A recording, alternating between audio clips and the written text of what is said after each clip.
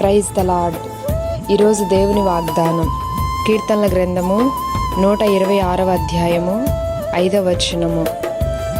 కన్నీళ్లు విడిచుచు విత్తువారు సంతోషగానముతో పంట కోసెదరు.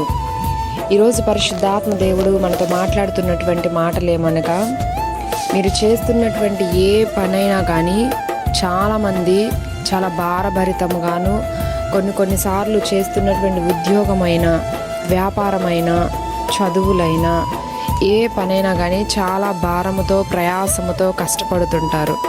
ఈరోజు దేవుని వాక్యం మీతో ఏమని మాట్లాడుతుందంటే, మీరు ఏ పని చేస్తున్నా కన్నీటి చేత భారముతోనూ ప్రయాస పడుతున్నట్లయితే ఈరోజు దేవుడిస్తున్న వాగ్దానం ఏమనగా, ఆ యొక్క ప్రయాసను, ఆ కన్నీటిని నేను నాట్యముగా మార్చబోతున్నానని ఒక వాగ్దానం ఇస్తున్నారు.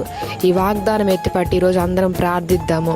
కన్నీళ్లు విడిచి నువ్వు చేస్తున్నటువంటి నీ ప్రతి పనిని కూడా విశ్వాసముతో నువ్వు కొనసాగించినట్లయితే ఆ విశ్వాసమునకు కలగబోవు గొప్ప ప్రతిఫలమును, గొప్ప బహుమానమును నీ జీవితంలో పొందుకొనబోతున్నావు. కష్టముగా ఉంది చేయడము పని అని ఆ పనిని విడిచిపెట్టకండి. కష్టముగా ఉన్న, భారముగా ఉన్న ఆ చేస్తున్నటువంటి ఆ పనిని విశ్వాసముతో చేయండి, ప్రార్థనాపూర్వకంగా చేయండి, వాగ్దానంని ఎత్తిపట్టి వాగ్దానపూర్వకంగా చేయండి. తప్పకుండా దేవుడు మీ జీవితంలో గొప్ప కార్యాలు జరిగిస్తాడు.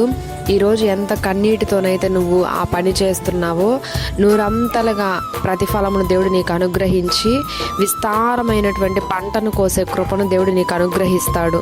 అటువంటి కృప ఈరోజు పరిశుద్ధాత్మ దేవుడు మనందరికీ దయచేయునుగాక. ఆమేన్.